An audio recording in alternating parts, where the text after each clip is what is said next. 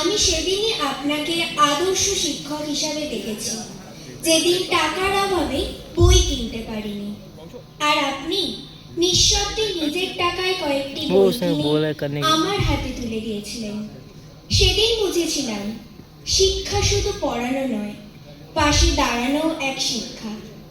আমি সেদিনই আপনাকে আদর্শ শিক্ষক হিসাবে দেখেছি, যেদিন হঠাৎ জোরে আমার শরীর কাঁপছিল, আপনি গায়ে মাথায় স্নেহের হাত বুলিয়ে চিকিৎসার সব ব্যবস্থা করেছিলেন।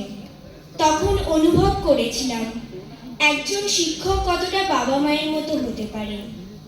আমি সেদিনই আপনাকে আদর্শ শিক্ষক হিসাবে দেখেছি। যেদিন রাত করে না খেয়ে স্কুলে এসেছিলাম, আপনি টিফিনের অর্ধেকটা আমাকে দিয়ে নরম গলায় শুধু বলেছিলেন, খেয়ে নিন, শক্তি পেলে পড়া ভালো হবে। সেই মুহূর্তে আমি আপনার ছাত্র নই, আপনার ঘরের সন্তান হয়ে গিয়েছিলাম। খেলার মাঠে যখন সবাই আমাকে টেনে তুলে ফেলে দেয়, আপনি বুঝেছিলেন বাড়িতে আমাকে খেলার স্বাধীনতা দেওয়া হয় না।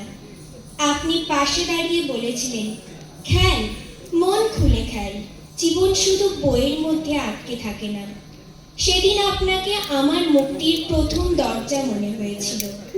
ক্লাসের পরে আপনি বলতেন, জগদীশচন্দ্র বসু, সত্যেন্দ্রনাথ বসুর গল্প বিজ্ঞানকে জীবন্ত করে তুলতেন। রবীন্দ্রনাথ শরৎচন্দ্রকে এমন করে শোনাতেন যে সাহিত্য যেন নিঃশ্বাসের মতো সহজ হয়ে যেত। তখন আপনাকে বুঝেছিলাম, জ্ঞান বিলিয়ে দেওয়া নয়, জ্ঞানকে ভালোবাসা শেখানোই সত্যিকারের শিক্ষা। আমি সেদিনই আপনাকে আদর্শ শিক্ষক হিসাবে দেখেছি, যেদিন দুদিন স্কুলে না এসে বিছানায় পড়েছিলাম, আপনি অন্যের মুখে আমার অসুখের কথা শুনে বিদ্যালয়ের শেষে বাড়ি চলে এসেছিলেন। মা বাবাও হয়তো এমনভাবে ছুটে আসেনি কখনো। আপনি আমাদের সবাইকে চারা গাছ ভেবে যত্নে, মমতায়, স্নেহে বড় হতে সাহায্য করতেন। আপনার চোখে আমরা কখনো ছাত্র ছিলাম না, ছিলাম আপনার নিজের সন্তান। হতাশার অন্ধকারে ডুবে গেলে আপনি হাত ধরে টেনে তুলতেন।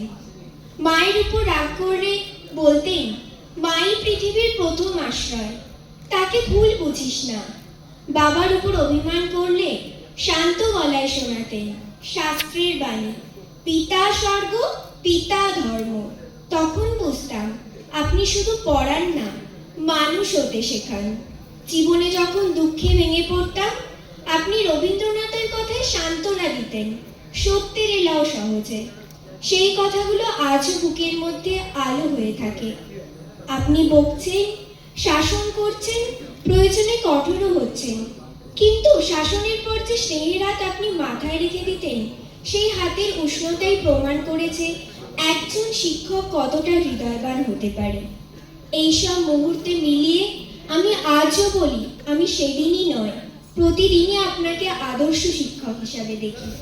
আপনার স্নেহ, শাসন, শিক্ষা সব মিলিয়ে আপনি হয়ে উঠেছেন আমার জীবনের সবচেয়ে প্রিয়, সবচেয়ে শ্রদ্ধেয় শিক্ষক। নমস্কার।